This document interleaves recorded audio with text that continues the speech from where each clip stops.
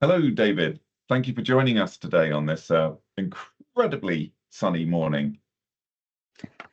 Well, it's not that sunny, but I'm happy to be here. I'm up in Scotland, so it's pleasant. The light coming in looks marvelous, but that is that's it's an illusion.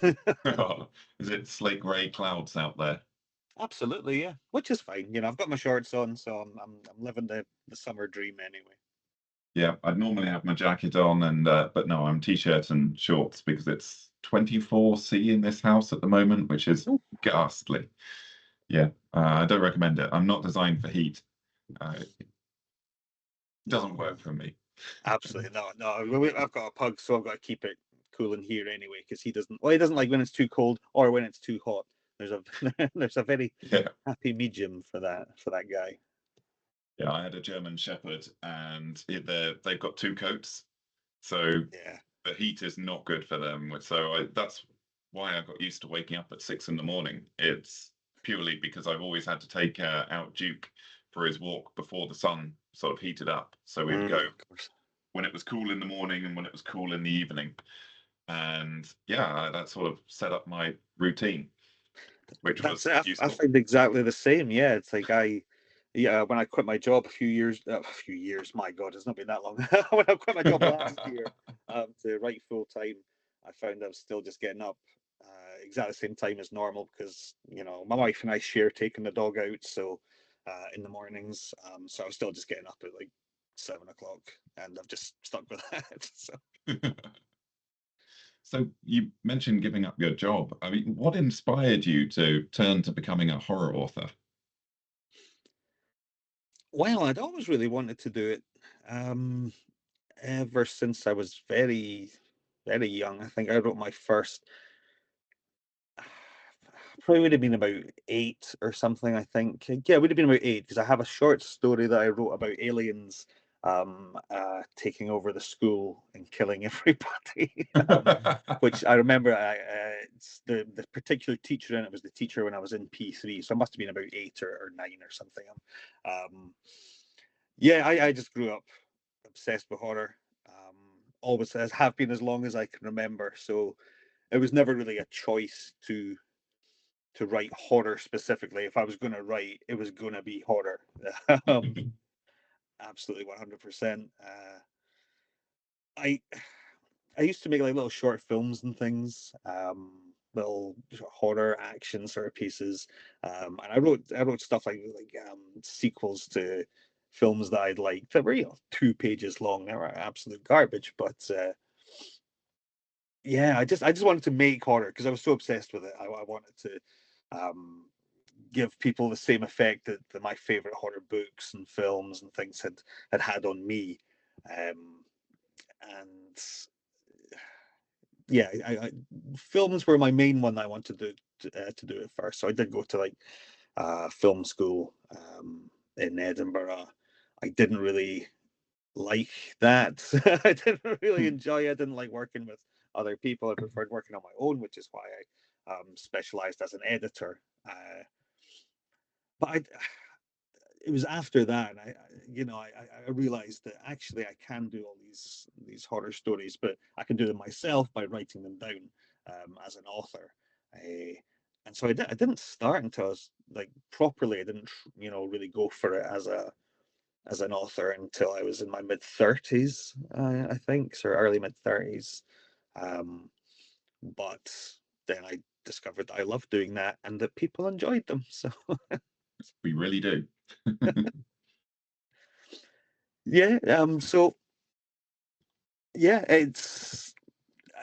yeah, horror's just been my absolute. I love other stuff as well. I do incorporate little other elements of things in my books, and I've got a few sort of coming up that are hewing slightly towards sort of action as well.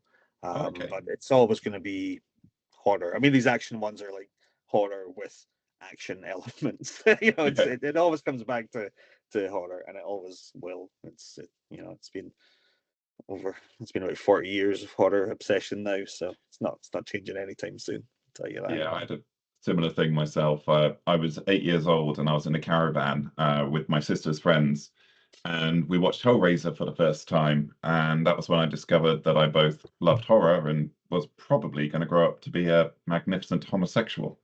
Uh, but it was foundational. We also watched The Fly on the same day, so I had a good grounding. I know. It's amazing. I kind of, I wish I could go back sometimes and see some of these films again for the first time, because Ah, Hellraiser and yes. The Fly. How many times have I seen both of those films? It's ridiculous. And or something like The Thing, to go back and see it again for the first time would just be so incredible.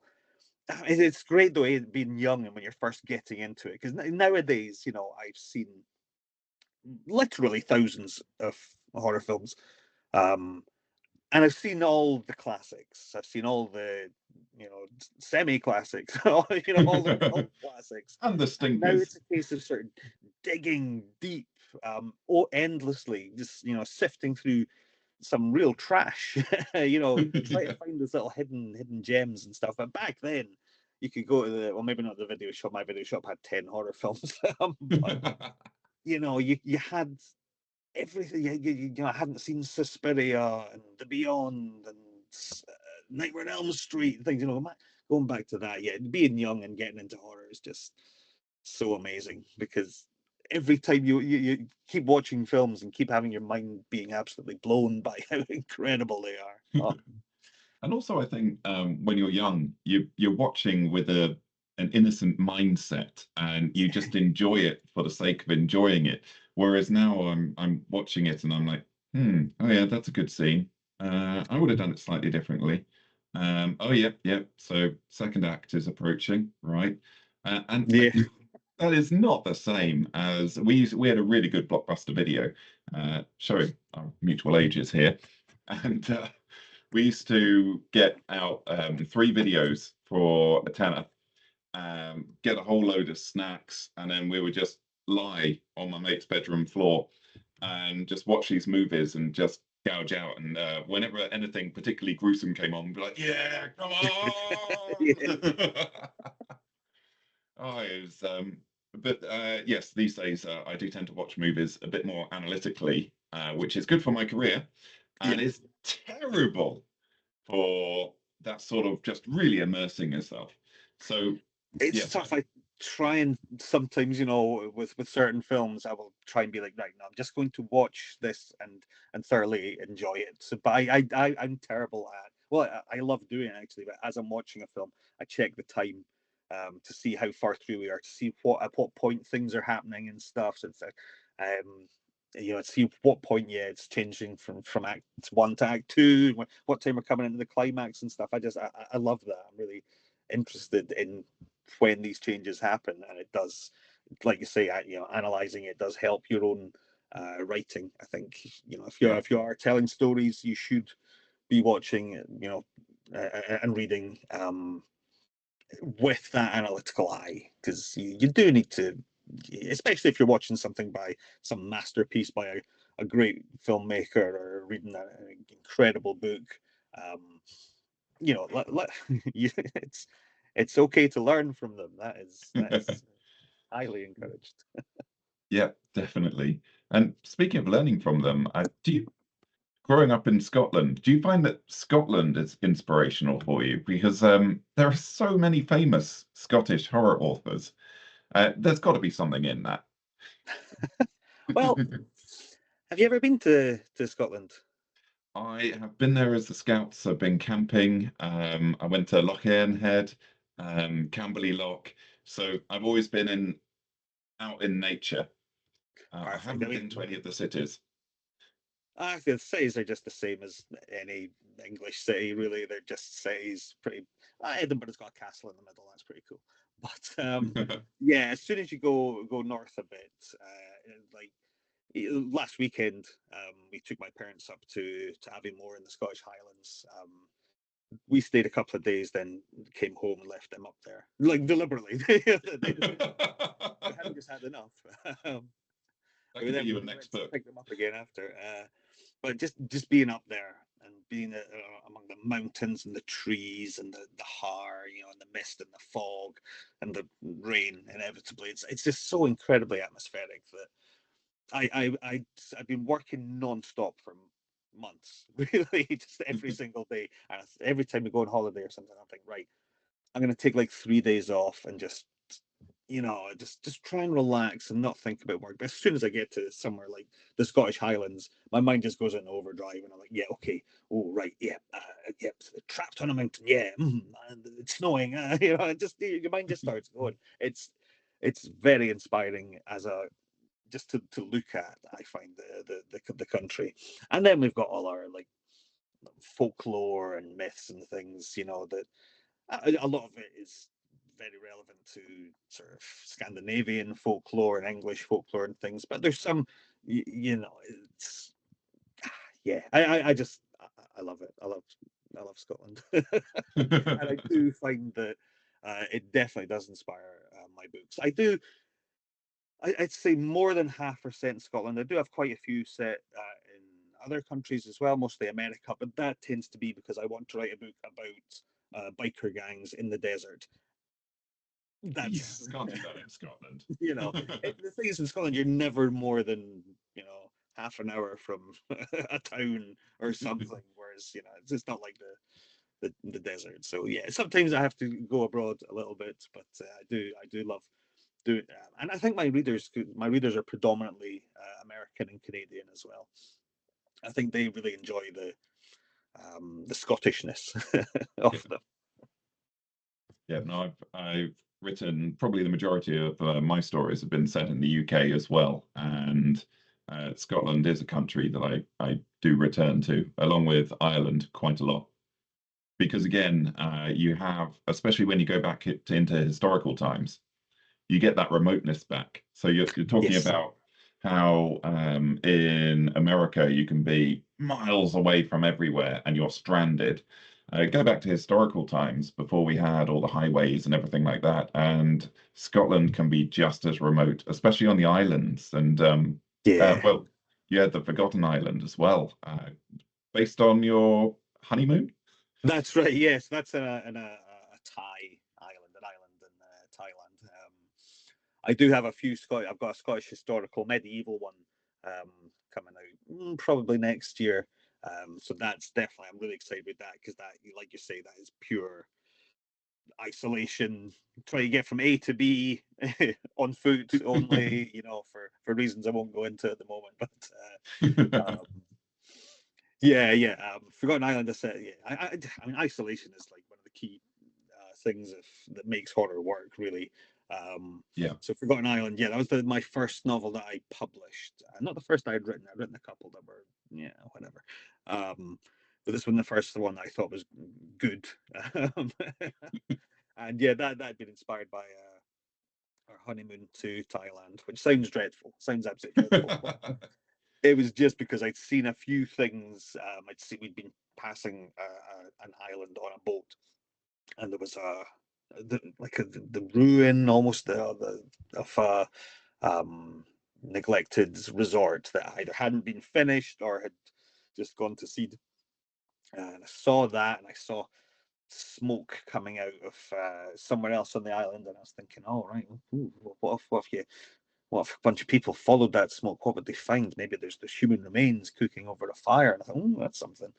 And then I think it was that same evening we went for dinner in our resort hotel. And there was great big umbrellas above you, of course, because it's beautiful, sunny. And I looked up, and there was this spider the size of my head. Now, I'm not a fan of spiders, I'll be perfectly honest with you, which is why they've appeared in more than one book. But that sort of little combination of events triggered something, and I started to put these little ideas together, and that formed the basis of the Forgotten Island. Yeah, it was the Forgotten Island that I turned around after having read it, and I said to my man, I was like, "Did you know they have huntsman spiders in Thailand?" And he was like, "Right, that's off the bucket list." Because they can go up to 1 foot wide. They're huge. They're yes. So They're just awful. thank you for that. You took one for the team.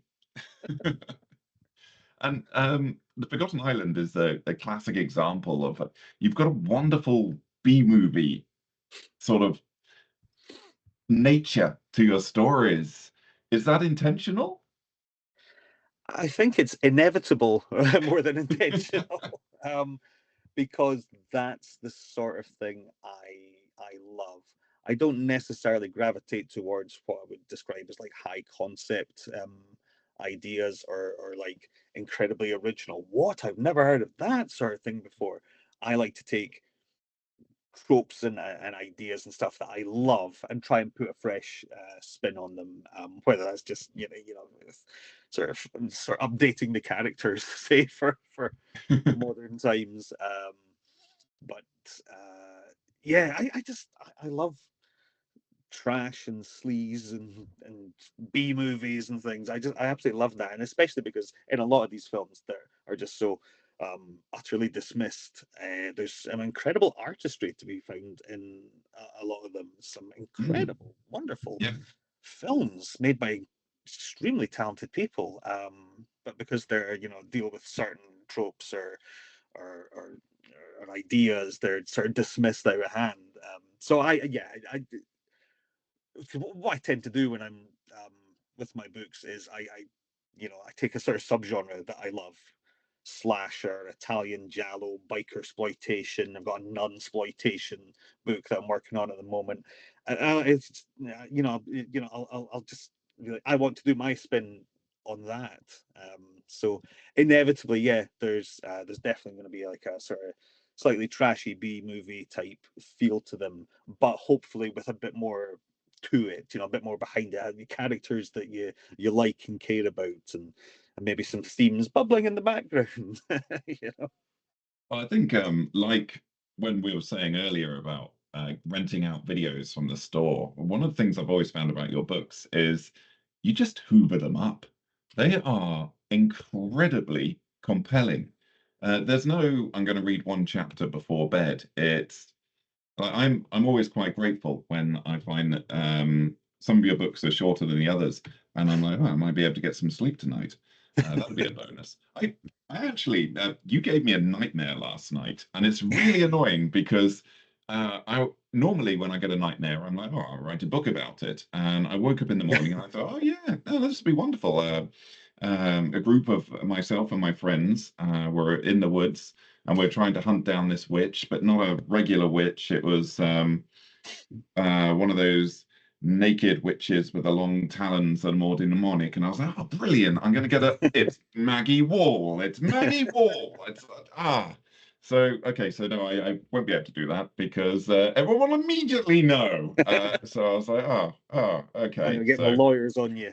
yeah, poor night's sleep, and I can't monetize it. So ghastly. But anyway, sorry for that.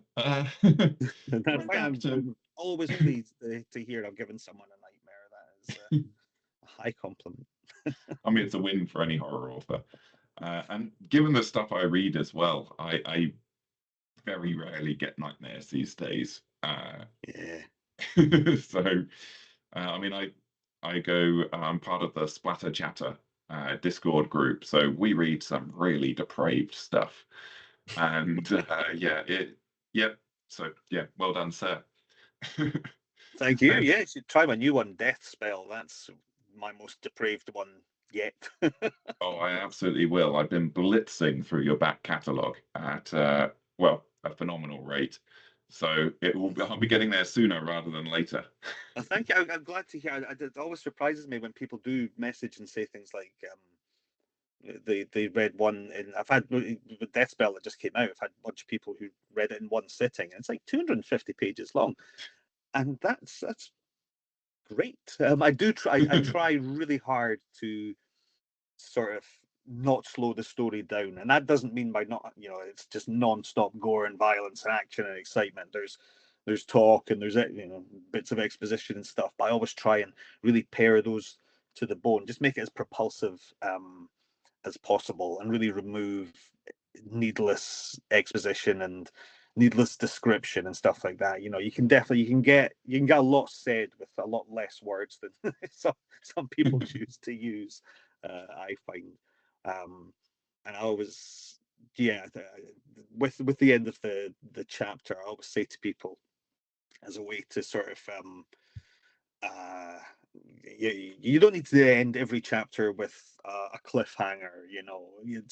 But I always say when you're writing a chapter, you should imagine yourself sort of reading it out at an event of some sort, and on that last line, you should be able to read it out and then just do a little mic drop and walk off stage. And like I said, it doesn't have to be like, oh my goodness, it was her. He was actually her son. You're like, oh, it doesn't have to be like that. It just should be a line good enough that you can imagine yourself going, "Yep, done," and that should be enough to then make someone want to read the next chapter. Just end your chapters strongly would be a. I've read some books, and just the ending is so limp. It's just so like it's such a flaccid ending to a chapter you'll read. It's like, he thought about it, then he went to bed, and you're like, oh, okay, right. Well, that's what I'll do then. Give me something. My goodness, yeah, exactly, yeah. Yeah, I mean, that is the problem, because with a flaccid ending, you have no difficulty going, right, I've done my chapter, time to go to sleep. Yeah, that's a natural end point right there. Natural end point. You don't want your chapters to be a natural end point. No. And I think with your chapters as well, you mentioned about not ending on a cliffhanger. Often you will end on a comedic note as well. And I think you have this wonderful balance of horror and comedy in your books. And it breaks up the tension. It's phenomenal. How do you do it? What's your tips? It's tough. It's a tough balance. I would say, I mean, you really you don't want to deflate any tension or action or excitement. You want to enhance it a little bit, or what I tend to do is maybe go for the real sort of gross out, and then there's something I read somewhere. I can't remember who said it, but they were like, if you don't give your reader, your audience, something to laugh at, they will find something to laugh at. And so I think it's quite a good little thing to pop in at the end. Just humor is something that's lacking from a lot of horror novels these days. If you're reading something like Shirley Jackson's Haunting a Hill House or something like that, while it's not uproariously funny, it's not a comedy by any means, but just the dialogue and can be quite amusing. I find just the way they're speaking. And I don't mean that in an old-fashioned way. I'm just like it's clever, witty. That's the best word for it. They're witty, within the dialogue, but also within like Shirley Jackson's like turn of phrase and things. So I think that's something that can be done very poorly in the wrong hands. But That's with all things. yeah, well, exactly, yeah. And with characters, it's someone delivering a quip or something.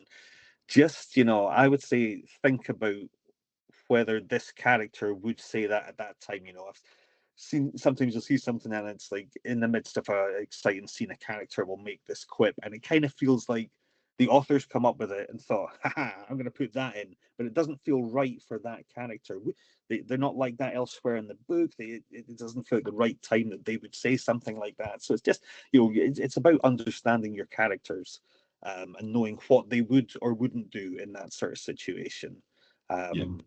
It's definitely, I mean, it really helps with getting people to like your characters if they are funny, because we generally like our friends because we find them funny, So I think humor is an underutilized tool in sort of any horror that isn't explicitly horror comedy. See. Yeah. And did you grow up near a shoe tree? Do you have a shoe tree? Oh yes. I thought that's got to come from somewhere. The Auchtermullin shoe tree, which is also mentioned in some of the monsters. That I live in Edinburgh. I've grown up in Edinburgh, and there's two actually. There's two down sort of Leith Way. If anyone knows Edinburgh who's watching, one down near the shore, and there's one just off Leith Walk. I actually drove past the Leith Walk one recently, and the shoes are still hanging from it. I was so pleased. I was going to take a photo, but it's right next to a children's play area, so it's like, oh yeah. I'm not danger zone. Danger zone. You don't want to get on that list. No. But yeah, absolutely. It's the sort of thing, when you're writing, just pull from these ancient memories of yours, like what's something that would just add a bit of color, a bit of flavor to the story, because it's these little details that really sort of sell it.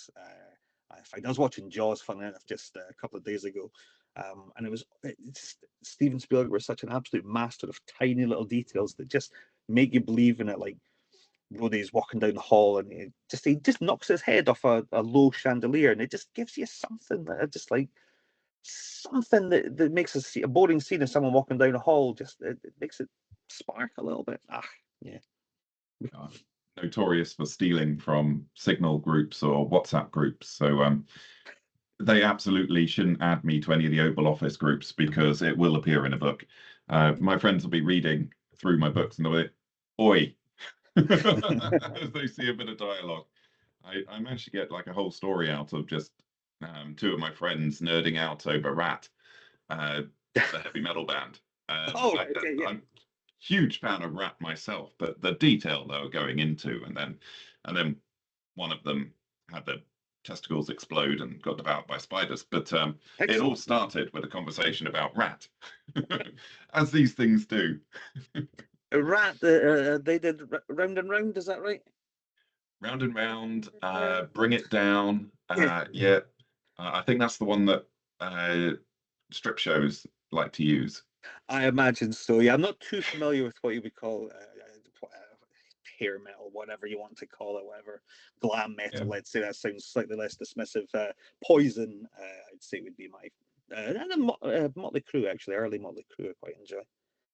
Yeah, sorry, got this. Love the Crue. Yeah. So during the day, what's your writing routine? I tend to get up early, take the dog out, play with the dog a wee bit. Very first thing I do every day is watch a film, which I know some people find extremely odd. But that just immediately, well, A, I love films and I love watching them, and B, it does get my mind thinking about stories and plotting and pacing and stuff. And I do often find that watching any sort of film, if I'm writing a slasher, I don't mean I'll put on a slasher, just watching anything. Sometimes the oddest little things can inspire you. So I always start off by watching a film, and then I'll just write from, I don't know, 10 till my wife gets home and we have tea. And then I'll probably write some more in the evening. I do a lot of writing. I don't really stop because I do love it. It's never a chore. It's never feels like work or a job. I look for when I'm not writing. I'm like, oh, I wonder when I can write again. Can I do it now? So yeah, it's just pretty much nonstop. I'll maybe take a break to watch a film. But mostly, yeah, I just sit and write. I'm writing about 4 things at a time generally, in various stages of development. From like one thing that's idea stage, one that's outline, one that's in draft 2, and one that's in draft 5. So it's never quite sure entirely what book is definitely coming next, which is why I quite rarely put a coming soon at the end of my books, because it could be one of 4. Yeah, I never put a coming soon. So you mentioned outlining. Are you a heavy plotter or a pantser or how? Oh, plotter, yeah, absolutely. Yeah. I think I've only ever done. Well, I was writing under a pseudonym for a while, and with those books, because they were just churned out super fast, at least the early ones, I didn't outline those. I think it's noticeable. But with all my other stuff and with the later books, I wrote under Carl John Lee. Very heavy plotter. I will outline chapter by chapter. Outline tends to come in about 5,000-6,000 words or so. So I actually view the outline as draft 1, because, or sometimes draft 2, 3, and 4 as well. But yeah, I love knowing what's supposed to come next, so that I'm never stuck, unless I begin to deviate from the outline and kill a character, and then I'm like, okay, I've got to rethink this. But yeah, there's so many people I know who are like, who insist that they will not outline, but then they'll also say, yeah, I've never published anything because I just get to the end and I'm not sure what to do. And I'm like, well, why Yeah. don't you try outlining? I find it personally really useful. I know some people absolutely do not find it useful and love doing it the other way, and that's great. You do whatever works for you. For me, yeah, it's where I do some of my best thinking. It's where I'm outlining, and because it is like a draft one. People who say, "Oh no, I prefer to just let the words flow and let the story tell itself." It's like, yeah, well, what do you think outlining is? You're not just pulling a completed outline out of your arse. Like, you still have to write it. You're still thinking of it. You're still coming up with it Yep. as you're still pantsing the outline, so to speak. So I mean, yeah, for me it works really well, and it does mean that I've got my next 5 years worth of books just ready to be written now. I've got the full outlines of them because I can outline real fast. Yeah, no, I prefer to outline as well. If I'm doing short stories, then I'll just splat it out because I can mentally hold the outline in my head for a short story. Yeah. But when I had one of my short stories expanded, it ended up being novella length, and I got to the end of it, and I was like, oh no, too many people are alive, so I had to go back and start killing people off earlier on, and then rewriting the rest of it. But that was because I thought I was doing a short story, and then it ended up being a bit too long. And I could have cut it down, but I had lots of people, and they were dying horribly. So I thought, yeah, carry on, Yeah, absolutely. give it a go.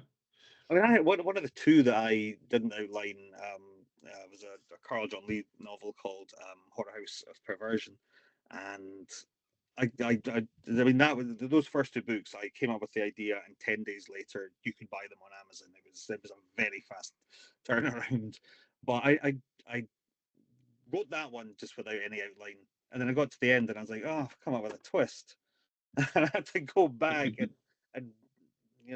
shuffle things around and stuff. And I was like, well, if I'd outlined this, I would have come up with that before, Yeah. probably. So yeah, I just I very much like to outline. Yeah. And what software do you use when you're outlining? Are you a Microsoft Word person, a Scrivener, or do you have like a complete software stack? For my outline, I use for gathering the ideas. I use just the apps on my the notes app on Yeah. my phone. For actually writing down the full sort of outline, I use Pages on Mac. I don't know why I prefer that to anything else that I've used for. I just like the way it automatically numbers, and when I try and do that on Scrivener, which I do use for the writing, it never quite works as well. So I outline on ideas on notes, outline on Pages, and then I write the book in Scrivener. Um, I don't even know why I used that. I remember when I was first starting, and people were like, "Oh yes, this is a great one because you can get this cork board, this digital cork board, and put your ideas on stuff." I've never used that once. I never even break it down into chapters on the left hand side. I just have it as one long document. I could literally be writing it on anything at all, and it wouldn't matter. But I know how to use Scrivener now, and I do like the compile feature at the end for getting all your Yeah. front and back matter together for export and develop. So, yeah, I use Scrivener, but I tell people Google. Um, what's their one? Google Notes or something? What's it? Oh, I've got Google Keep.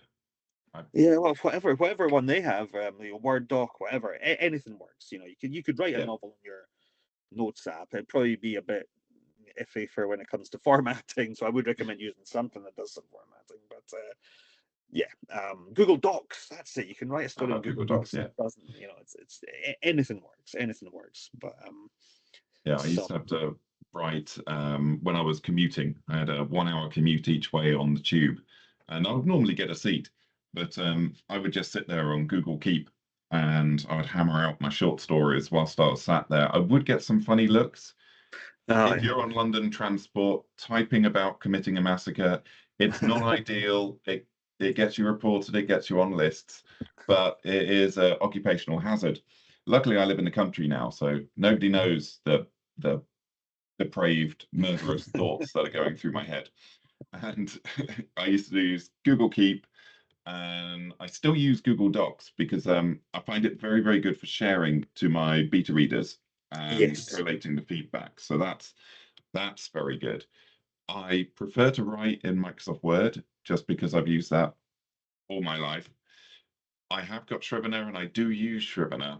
However, it really annoys me that it doesn't tell me the word counts on chapters. I can get that from Obsidian, but you end up with stories in too many places, and then you're trying to find things when you're going back to an old idea, and you're like, which app did I use? And I'm like, no, just stick with Microsoft Word. Yeah, there are things like that. Even just actually this morning, I was working on my nun book, and I had a bit where it was like, Ursula watched something happen, and I was like, I feel like I've said that loads of times, but there's not a quick way to look for that. I basically copied it, pasted it into Google Docs, and then did a search on watched, and it came up 20 times, and I'm like, that's what I want to know, just how many times I've used that word. Yeah. But it doesn't have that. So yeah, you know what, you flip back and forth between whatever app has what it is that you're looking for, which is a bit annoying, but that's modern living for you, isn't it? Hundreds of Yeah. different things that It's annoying. It's streaming services. Yeah, apps for everything these days. Yeah. So how do you fuel your writing? And this is always a dangerous question for asking people, but is it tea? Is it coffee? Is it scotch? What drives you forward when you're writing? Fizzy juice, as we Fizzy call it. juice, soda water. Iron brew mostly. For me, it's the classic Scottish soft drink, iron brew. Yeah. Sometimes Coke or lemonade. For interviews, I will have some still water. I don't like any sort of hot liquid at all, so absolutely no tea, coffee, hot chocolate, anything like that. And I don't really drink anymore. I drink about 2 or 3 times a year. So, including my birthday, my wife's birthday is coming up in about a week, so I'll have a few drinks then. But I just caffeine from soft drinks is what keeps me going, and if I don't get enough of that, then it's tough. That and cigarettes, actually. It's like my vices. Yeah, I've been told I'm not supposed to have coffee anymore, which is really hard because it's all I think about now. And I do cheat and have coffee every now and then, but every now and then. I mean, daily, but I really shouldn't. So I should be sticking with tea, which is meant to be my methadone. And I'm like, okay. And they're like, but don't triple bag it. And I'm like, okay. Even the smell of coffee makes me feel slightly nauseous. So the scent of a black coffee just it gives me cravings. I want it. I want it. I used to be able to when we're going out, I would, if I needed to pep myself up, like because I never did the whole Red Bull thing. I would grab a double espresso and then I'd be like reboot, and then I'd be okay for another 4 or 5 pints. I would say my wife's a big coffee drinker, so yeah, I can see the difference it can make. Yeah. I can say that she's never going to listen to this. It's fine. So, with your books, they've all been self-published. What was it that made you go down the self-publishing route rather than trad publishing? Well, initially, I had a very strong suspicion that no trad publisher would want my books, because they were not necessarily the sort of literary horror that, I mean, at the time, when was it, 2018 or something? The horror was in a bit of a slump, I think. Certainly with trad publishing. And I thought, well, I'm not going to waste my time submitting and trying to get an agent and all that sort of thing when I could just publish it myself and get much better royalties if I self-published than if I went trad. And I enjoy every aspect of it. I enjoy writing, editing, designing covers, choosing a cover artist, marketing up to a point. I enjoy all that, and I thought, let's just. And I think I like the punk rock aspect of it as well, because I'm not a punk rock guy. Really. I like the music, but I'm not. I like to sit home and play with my pug and watch films. I'm not a wild man. But I like that sort of DIY punk rock ethos that was behind it. Just what I want. No one to answer to, and just putting it out there and hoping people like it. And I love it. I absolutely love self-publishing, and I have actually turned down trad published offers, because yeah, I mean, I just really like doing it this way, and I'm comfortable, and I'm very much a creature of routine, and I don't like deadlines. So when you're writing 4 things at a time, you can't.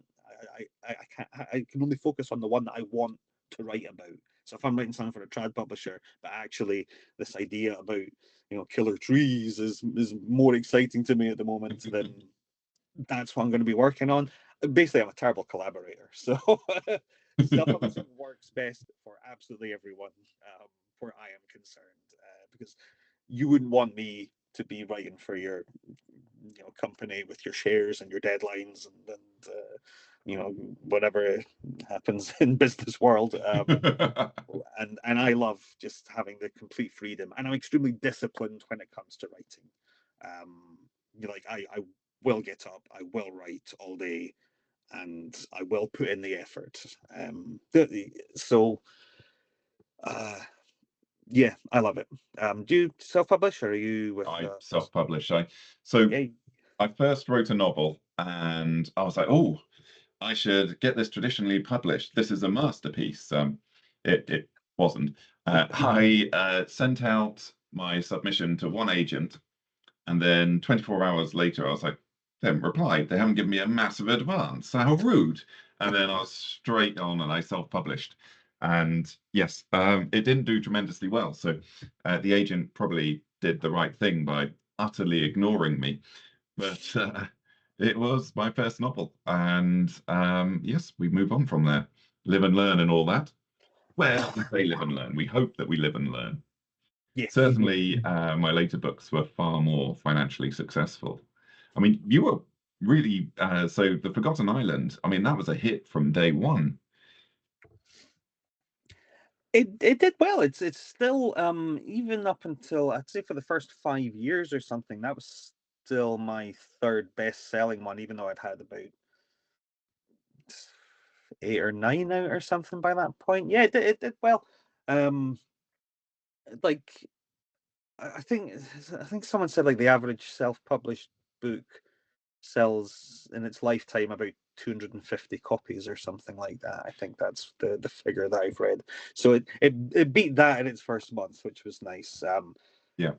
It's you never know how these things are going to go. I had at the time about 3,000 Instagram followers, so my goal was for 10% of them to read it, because I think a lot of people think, oh, I've got 16,000 followers, they'll all buy the book. No, they will not. They will absolutely not. You will be extremely lucky if 5% buy the book, because some people follow me because they like my pug. Some people don't like horror at all. That's absolutely fine. But Forgotten Island, it did well, and I think what the key has been, though, is just being fairly consistent, in putting books out, and also in sort of maintaining a certain standard of quality that people hopefully expect when they read one of my books. So I was putting out sort of yearly, and then once sort of COVID and lockdown and stuff happened, that's when I was really able to ramp it up. Start putting out 2, even 3 books a year. I think one year I had 5 books out, but 3 of them were Carl John Lee novels, so they're much faster. But yeah, I can't remember what I started saying there. So I've done Well, pretty well to go this long without losing my thread. It always happens at least once. So. oh, don't worry at all. Same thing with me. I'm very dyslexic, so I rely on my beta readers entirely.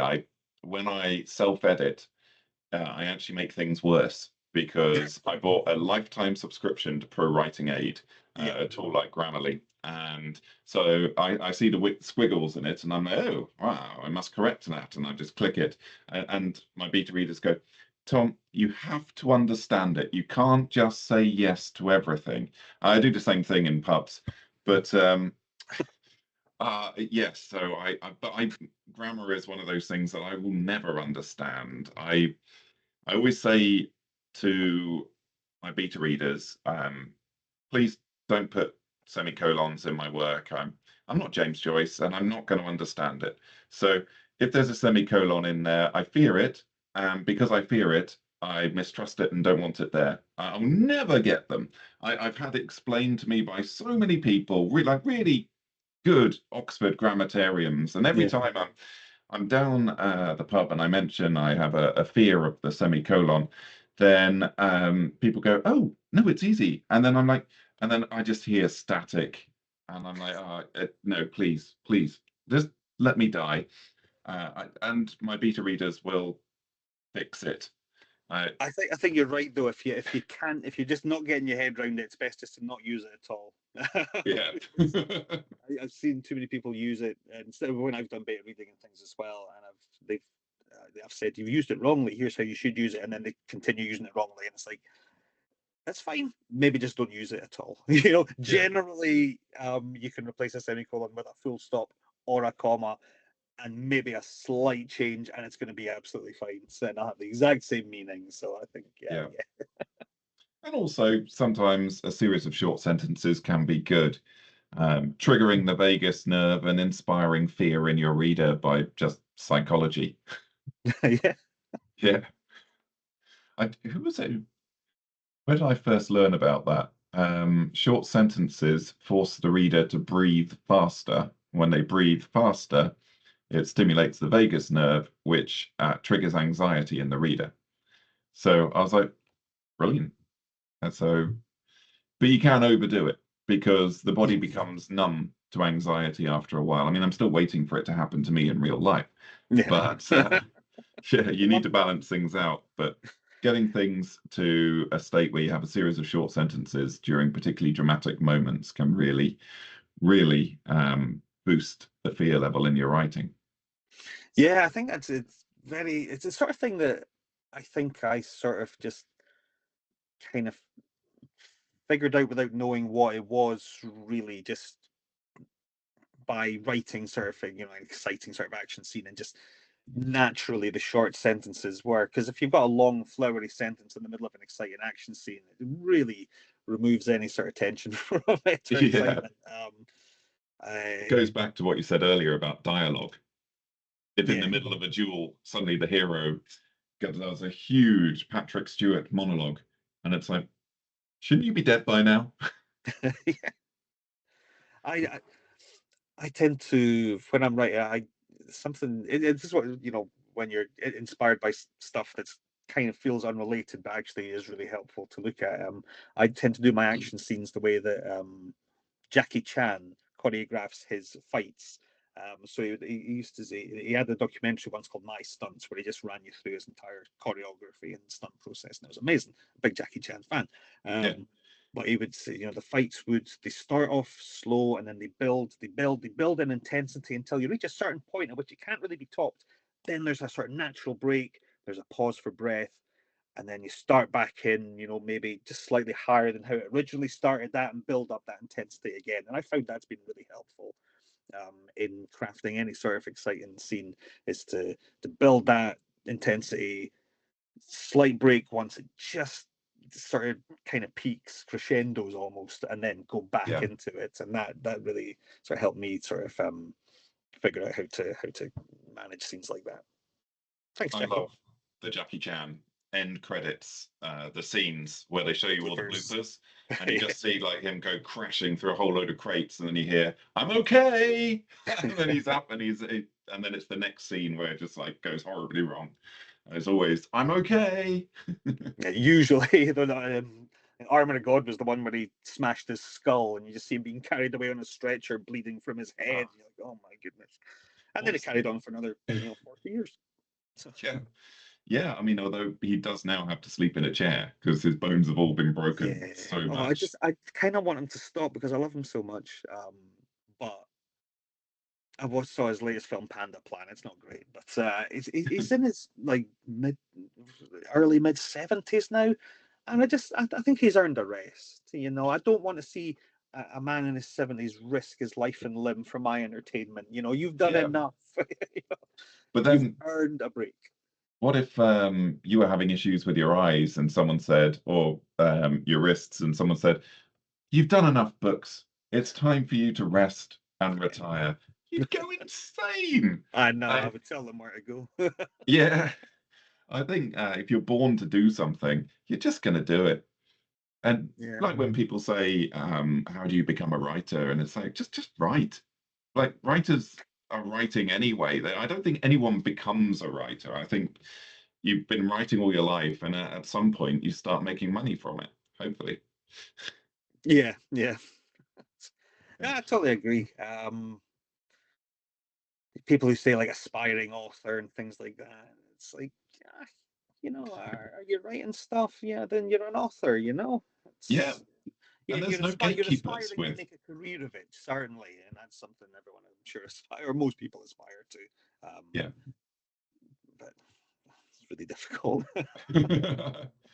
I see like all over the place, places like Goodreads, and they're doing these things where they do reading challenges, and I'm like, it's like a Fitbit but for reading, Yeah, and the whole thing is alien to me because people are saying, "Oh yes, no, I'm going to sit down and I'm going to do 10 pages every day," and I'm like, this is mad.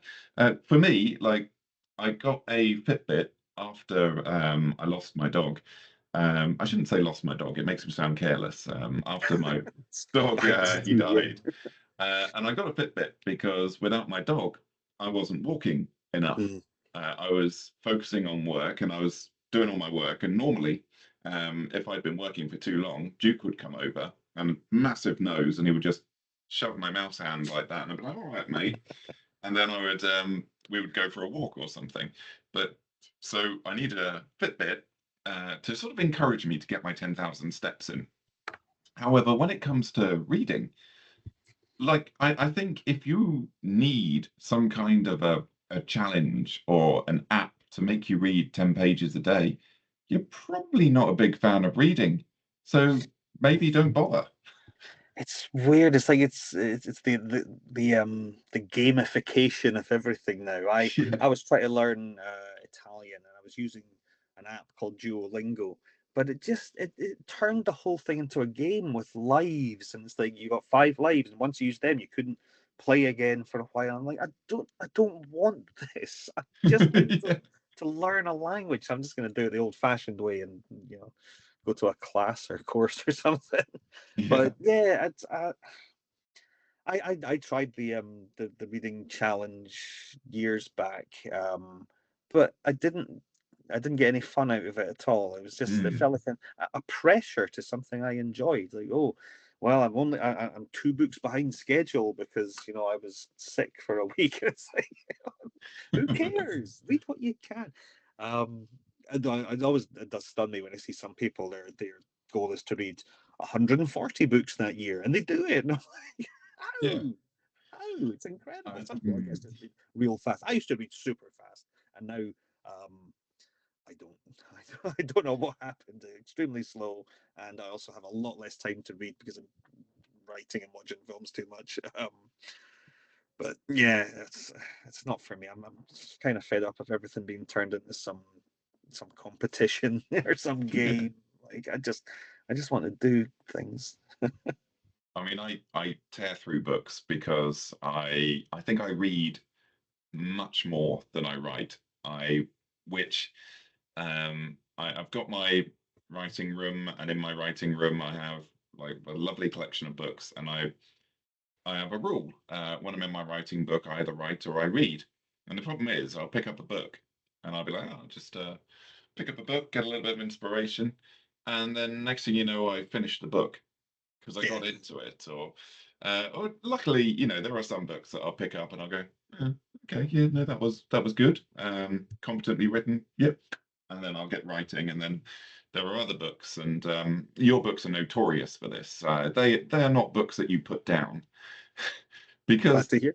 yeah, yeah, your end of chapters, they always. All right, I'll see what happened on the next one, and then okay, then I'm lost, and then the book's done. Uh, yeah. Anyway, you mentioned earlier that you had a big following on Instagram. You had 3,000 sort of followers, fairly active, and that was partially down to your CEO, Boris. Absolutely. Uh, yeah. And do you have any sort of tips for authors about social media? I'm awful at social media. I'm terrible. My tip is a terrible, useless tip. For most people, unfortunately, it is get a really cute dog or animal of any variety. Dogs are good because they'll pose. Cats are a nightmare because they will not pose. So I'm told Yeah. by people who have cats. Taurus, I imagine, would be would be pretty good for posing. Because that's literally all I've ever done. Was just so I started off and just posted. I've got a pretty vast collection of vintage horror novels that I've been collecting all my life. So I'd be posting photos of them next to Boris's little adorable face, and that's what got me a sort of following, enough following that I was like, oh, if I was to publish a book, I could, I could potentially have people who would read it that I don't know, personally in real Yeah. life. Um, Unfortunately, social media, especially now, I think has become a real necessary evil. Ironically, right at the time that I've kind of dropped out of social media, so I use Instagram, maybe do one post a month, possibly a fortnight, but generally one post a month. Um, I use that mostly for sharing other people's posts because if anyone posts about my book, I will always share it to my stories. Oh, Um, absolutely. because A, it's for me, it's free advertising, and some people are really happy that I've shared their stuff, and it's like, well, Yeah. great, I'm happy to you. You got the post, you read the book and reviewed it and stuff. Thank you. So I will always share those. Um, I've stopped. I completely deleted my Twitter last week. Finally, I'd stopped using it. I don't use. I'm on, but I don't use Blue Sky, Threads, TikTok. TikTok's one I'd love to get into because I think that is like a genuinely a major, major, major place to market your books. I'm just in my 40s and I don't understand it at all. Like I did a live recently and it went really well because the guy I was doing it with was absolutely lovely. But like it started off and I didn't know how to start, and then I came on and I didn't know how to get my picture up, and then it ended, and I was like, "Can you tell me how to leave? I don't know how to get out." Oh And no. then when you see the videos, it's all young people dancing and singing and lip syncing to stuff, and I'm like, I'm Scottish. I can't do any of that. It would look sarcastic, Whereas it's got to be done with sincerity and honesty. It really does. You can't be some old fart in Scotland, doing a TikTok dance. It'd be awful. So I would say if you're a young person, don't go for TikTok. Absolutely go for it because that is where most of the readers are. After that, Instagram's definitely where a lot of the readers are.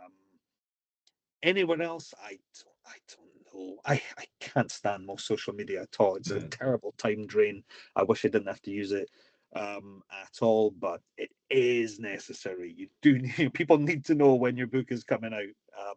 My favorite one is Patreon. I started that about a year ago, and that's really nice. Because people actually see your posts. You're not Yeah. at the mercy of the whims of the algorithm. It's they will receive an email to say David's posted, and you can actually get to know people a bit. You can have a good chat with them and stuff. I like Patreon, but that's not a viable option for anyone just starting out because Yeah. yeah, it's just not. You need a sizable following or something to even scratch the surface of that. Um, so yeah, unfortunately, I would say you do have to use social media, but try and for anyone starting out, try and focus on like one or two major ones. For me, TikTok and Instagram would be the two that I would recommend. Twitter is an absolute wasteland for books. Forget about that entirely. Um, Threads is just people moaning and whining and crying from what I see. I don't know what Blue Sky is. I don't know. I've been on it twice or something. I think that's one more than I've been on it. I registered my account on there, went on there, and I went, "Ah, I can't do it. No. I mean, I was never into Twitter. I think I joined Twitter entirely just to see one person's tweets. It was a comedian, and then I just got bored and uninstalled it. And then when it got taken over, I was like, oh, I'll just delete the account because I don't use it anyway, and I didn't really want to be associated by the new owner. It's funny you say about using animals. On TikTok, my most popular videos tend to be where I just put a book on the floor, my coffee, and I say, here's my coffee, here's my book, and then my tortoise just walks over it. She will Yeah. do that naturally. She sees things like books and she likes climbing, and they're pretty fast. So you just got to time it just right because if she sees a book on the floor, she's gonna scramble over it. It's brilliant. And yeah, they tend to be the most popular. And I That's also the thing. do reviews as part of the Splatter Chatter group and Cinema Society Saturday, which is, I think, the thing I enjoy about Cinema Society Saturday the most is the fact that I just get given these random horror movies to review because we get paired up and you each have to give each other a movie. Oh, fun. And I see a whole load of movies I would never watch before, and some of them for good reason, Yeah. but most of them, no. I found so many gems in there that have been recommended to me by these pure horror fans who love what they're doing, and then we just do a review about it. So So that's that's a lot of something I fun. feel like I could get into with TikTok is doing reviews, but again, it's all Yeah. about brevity on that thing. And then the fact that I've only ever written like 3 short stories in my life and everything else is a novel, like, it shows my brain does not work in Yeah. small sections. It's always a massive event thing. So you know, Yeah. um, are you on Letterboxd at all? Do you ever use that? I got onto Letterboxd and I started writing reviews, and I was going to do a whole thing about doing Vincent Price's entire back catalogue. Wow, yeah, And I was like, yes, I'm going to do it. And then I completely forgot and yeah. started writing. So I never really got into Letterboxd, even though it's something that does very much appeal to me.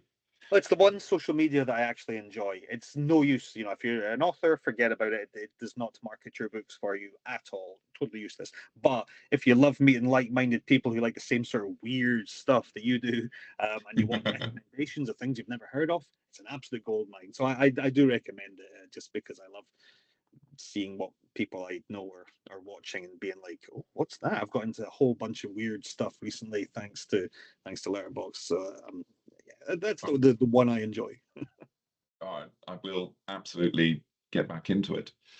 And yeah, I mean, there are some wonderful Discord groups as well for horror fans as well. That is really, really good for finding these gems. I find Discord too stressful because I don't like notifications on my phone, and Discord is Yeah. an absolute nightmare for just absolutely The bombarding you.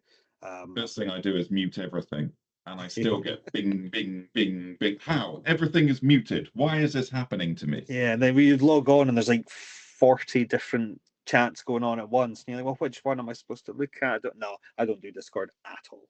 Yeah. I've been on it a couple of times because I was doing like a interview for a Discord group and stuff. And even today, I don't know because I deleted the app and everything, but I still get notifications about it. I'm like, am I going to have to reinstall the app just to leave the group? Like, I don't know. Oh, it's just yeah. I'm not a social media guy. Clearly, I don't like notifications. I don't like messages. I don't like. I just like to be No. left alone. I do find I really like Substack Oh because yeah. it's basically an email newsletter, but Mm. with slightly more functionality. And I send out my newsletter monthly, and then I send out my short stories. I just send them out for free, and then the ones that I see get more likes and comments, I'm like, right, that goes into an anthology. And Yeah, great. then the ones that bomb, I'm like, maybe not. even though I'm like, I thought that was going to do well. I really enjoyed that one. And it's like, no, no. And I'm like, okay, well, you know what? It can just stay up there for free, and I will not publish that particular one. That's something I'm liking about like the Patreon at the moment, is because I want to give people value for money, because actually it's like Substack almost, but they're paying you. So it's like I feel like I Right. need to give value for money. So I have started trying to write. I've written 2 short stories, so I want to give them give my patrons short stories, exclusive, that maybe will appear in an anthology or sorry, a collection or something years Yeah. down the line. But it has got me thinking about that. So I did write 2. Which are okay. I just my brain doesn't work. It's every time I come up with an idea for a short story, I'm like, okay, and then after that, this happens and this happens, and that just turns into a novel. I'm like, okay. Yeah, I have the I opposite love short problem. stories, and I'm jealous of people who can write them. I'm predominantly a short story author, and whenever I go to write a novel, I start outlining it, and then I'm like, oh, I'm just going to do that scene as a short story. Then I start carrying on with the outlining, and it's like, oh, that scene could be a short story because, like, a lot of good chapters are they've got a beginning, they've got an end, they've got a cliffhanger, they've got a twist, and it's like chapters can be self-contained short Yeah. stories so easily. But then you've got to remember to write the rest of the book. And by then I've moved on to another idea because I'm like, I've done the exciting bit. On to the next one. Yeah, it's nothing worse than having to start a book, start a new novel or something. You're like, oh, right, who are these idiots I've got to talk about now? Yeah. But name them all. Oh, for goodness sake. The names are the worst. I because I've a fairly large family and I have to be careful. I cannot use any family members' names in my books Yeah. because I once I made a mistake once, and never again.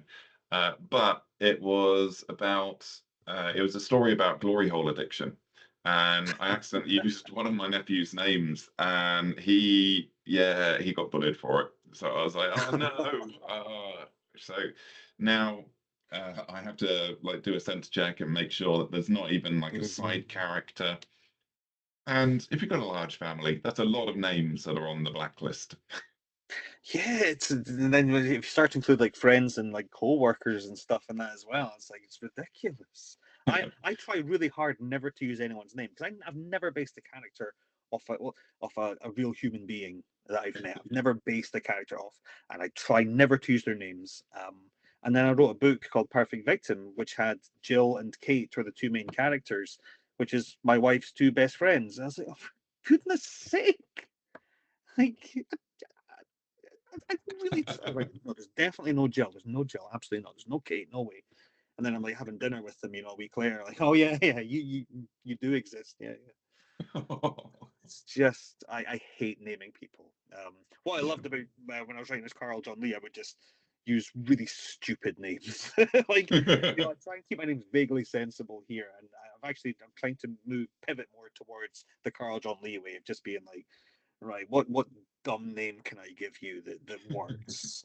Because it's more fun. There's only so many Johns and Peters and Pauls. You can, no offense to John Peters and Pauls watching this, but your name's boring. So let's do Alienating the something whole different. Bible there.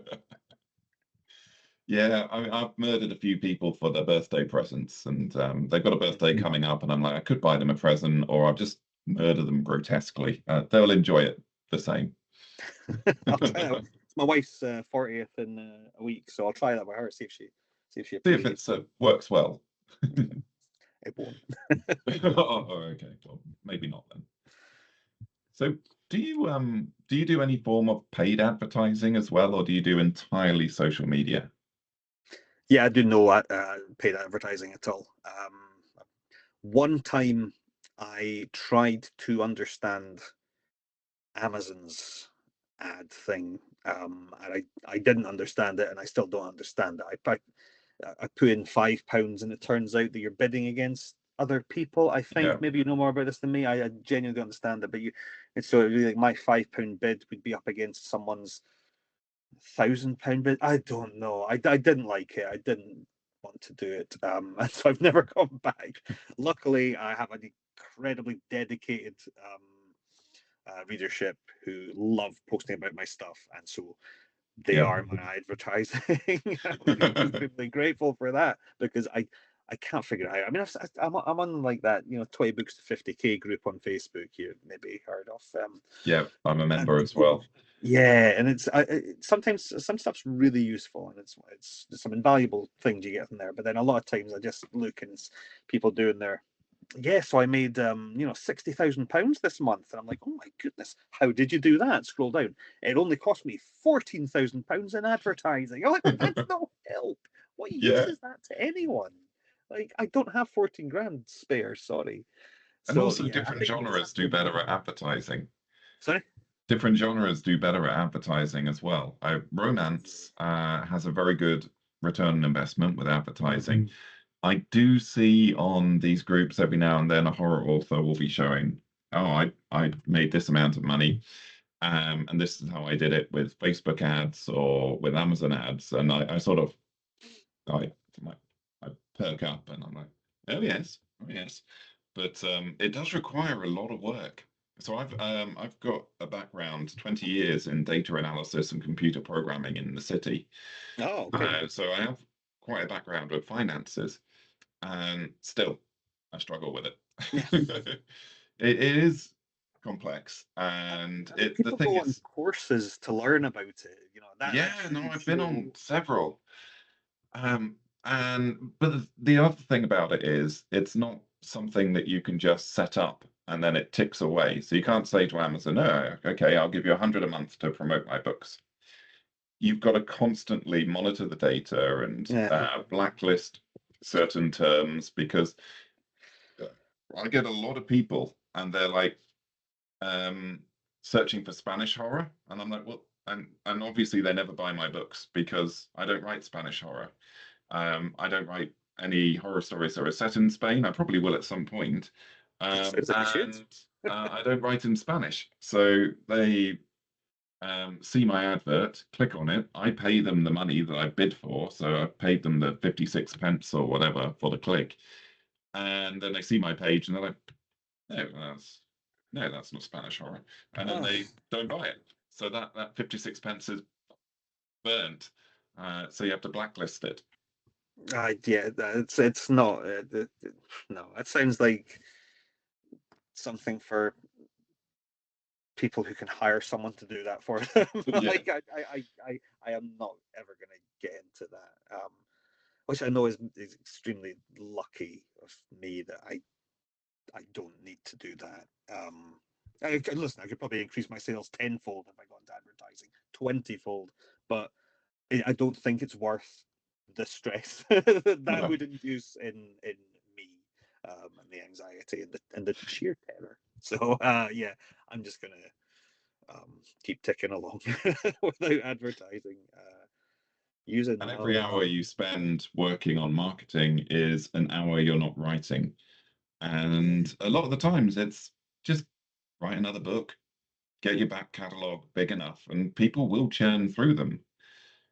Yes, I mean that's the key, I think, to anyone who wants to turn this into a career. Don't think you're only going to write one book. You will need to write Yeah. 20, 30, 40, 50, whatever, Yeah. Yeah. because the back catalogue, one of them one day will probably hit, and not, I don't mean make you a millionaire, but it'll do better than the other ones. More people will read it, and then when they do, oh wow, look at his back catalog I can buy, and so it's, you just keep going, keep putting out books of a decent quality, books you're proud of, books that are good, with Yeah. good covers, and Our and covers are the so more you have important. out, oh, don't get me started on some covers of indie books. Oh my goodness. And also they can be very, very cheap as well. There are Yeah, if people are on a budget, there are some really, really good pre-made covers. Book absolutely. Cover Zone does a load of them as well, and um, it is something that you can do on a budget, but you It gotta is. have a People good don't cover. I mean, even most of my covers, I think people would be surprised at how inexpensive they would be compared to what they probably think they are. Yeah. But I think I will word it, because um, and it's something that it's worth saving for. If you've got your first book Mm. coming out, and you know there will be people out there who cannot afford, say, £150 or £100 Yeah. selling for a cover. That's fine, that's fine. But for a lot of people, is it possible? And you think it's not? Could you just not go out to the pub those 3 nights, and then there you've got £100 all of a sudden because you've not, spent it all on booze and fags and stuff. Anyone American watching this, sorry, fags is UK for cigarettes, just so we're clear. Yeah. I've realized there's But certain you words. also can buy that sort of thing in pubs in the UK. You absolutely. Maybe not for 50 quid. But yeah, it's like it's such an important thing, and it's worth looking at your finances and thinking, is there something I can not do to instead get the money to get a cover that will, because people scrolling, you've got maybe a fraction of a second of their time as they're scrolling, and Yeah. you've got a thumbnail. I'm going to say the size of my thumbnail. I mean, that's the most redundant thing I've ever said. But you've got an image the size of the thumbnail. Let's say that, and you've got to Yeah. look at that. So just make it eye-catching, make it good, and also I think it just shows a bit of pride in your work as well. Yeah. Like, so if someone puts out a cover and then it's just some slapdash clip art garbage, then or something like thrown together in Microsoft Paint, Mm. it doesn't inspire me with confidence. When I see that, I would assume that the writing is equally slapdash. Yeah. Personally. I do group promos via Book Funnel, and some of Mhm. the covers we see added onto that, no one's going to click it. No one's going to click Yeah, it. You've spent this time and effort writing a story, and you've just thrown it away at the last minute by putting on an awful cover. it's terrible Um, because some of these books, yeah, could be absolutely could fantastic, be, but yeah. guess what? We do judge books by their covers. We really do. We really do. And this is why we pay people for covers. But also look around for cheaper options as well. Because my very first novel, I spent over £900 on the cover, Whoa. and nobody bought the book. Oh, Not because of the cover, just because it wasn't a particularly great book. yeah. And the problem was, it didn't fit sort of any of the right genre expectations because I wanted to write a book. I knew what I wanted to write, and I wrote it. And I'm happy. I wouldn't go back and change it. I just write more books since then. Yeah. But I've learned a lot more about writing since then. And my best-selling book is a collection of short stories, and the cover for that cost me just £50 from Book Cover Zone. And that cover, it's a really good cover, but then because I'm doing a series and I've got a series of these collected works, all I had to do was take the same cover and change the color of it. So that 50 quid, it's done me 4 covers. That's There you go. 3 released books and the 4th on the way. Looking Yeah, around, there are so many bargains, but yeah, you've and got to get a also, good cover. yeah, and I mean, what I used to do when I was like, for how I got my first covers and things was I would just, so on Twitter they used to do a thing, maybe they still do, I don't know, portfolio day. It was a hashtag portfolio day, and it was amazing. So it was every artist on Twitter who just put up like 4 of their sort of best, images, and you could just scroll through endless things on this portfolio day of things going like, no, no, no. Oh yeah, I like this person. I'll take a note of their name and stuff. I mean, that's how I first like Trevor Henderson, who's done I think 4 of my covers now. He's now like he's famous now. He created this creature Siren Head. He designed the monsters for that horror film that came out recently, Tarot. He's got a trad publishing deal. But 8 years ago, I saw his picture he'd done on Twitter, and I messaged him like, "Hey, I really like your stuff. Would you like to do a cover for my book?" And I got it at a great price. If you get an artist who's just started out, who's maybe not done covers and stuff before, Yeah, then you're not going to pay, £900. You're going to pay 100, 150, whatever, 50. yeah, You yeah, can't get bargains out there from people because I think people don't want to do the work. So yeah. they'll see, right, okay, who did who did that cover? Right, I'll get the same person, and then everyone just starts using that person. It's like there are millions of artists out there desperate for work who are incredibly talented. You just have to look for them, and that's the key. Yeah. So yeah, I mean, I imagine if I contacted Trevor now, I don't know if I'd be able to afford him. But Trevor's amazing. He still does my covers sometimes, so that's lovely. And if their business grows alongside with your business as well, because you've had this sort of symbiotic relationship, you're going to get good deals. Yes, that's why I think I can still get them for Yeah. covers from him, because I took a chance on him way back. Yeah. And also, he will know what you want by now after having worked with you for a period of time, which speeds up the whole process, making it cheaper for him to do it as well. Yeah, absolutely. We've got a great relationship. I send him a sketch of like, I'm looking for something like this. This guy, he's wearing this. Can you make this look good? And he will send me back a draft, and I'll be like, yes, okay. He's fixed the composition, he's fixed the thing, he's cut that part out. Yeah, he's just made it look so much better. He knows what I want. I can describe it in layman's terms, like a real idiot, and he can extrapolate from that. Right, this is what David actually means, and this is what he wants. It's right every time. So, funnily enough, I think like 3 of my best-selling books I've got 4 books with covers by him, and I think the top 5, it's like the 4 that he's done are in there. So is that telling me something? Who knows? Yeah. And also, if you use the same artist, then it gives a theme to your books as well, which is always very pleasing when it's on a bookcase. Yeah, so I've tried to do that with the design of the covers and things as well. I know that I've got 3 books, I think, 2 or 3, where the spines aren't black and the cover is not an image within a sort of box. And I know for a fact there are people out there who've not bought those 3 books because they don't match on the spines, don't match on the shelf, which is I've actually responded to that. So I have released The Perfect Victim now, with the black spine, and I might do the same if that sells. I might do the same with Navajo Nightmare and Dead Girl Blues. We'll see. Yeah, we've got to get our Boris on our shelves. Has to happen. So, final question, because I've kept you here far longer than I was expecting to, but we had such a wonderful time.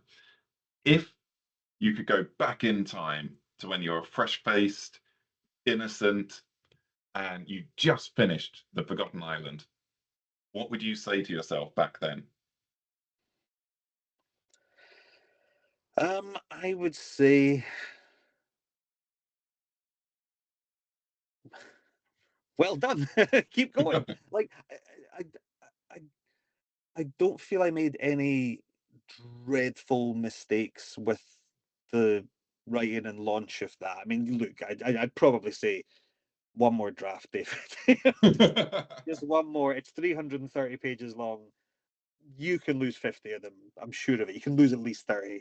I'd probably say that. But otherwise, no, everything's sort of led on from that. So whatever mistakes I did make, it's all led to where I am now. So I wouldn't want to change any of that. On the off chance that I completely messed the whole thing up. So I'd say, yeah, that's great. Yeah, I'd say start thinking about that sequel, because I've been promising that for about 7 years now, and it's still not here. But I do have an outline for it. I do have an outline. It's just I've got a few more steps to make before I can write it. Yeah, I'd say well done, Dave. Good on you, mate. Fantastic. All right. Well, thank you very much for your time. Thank you. It's been an absolute It's been pleasure. really, really good speaking to you. Great. Yeah, anytime, man. Anytime.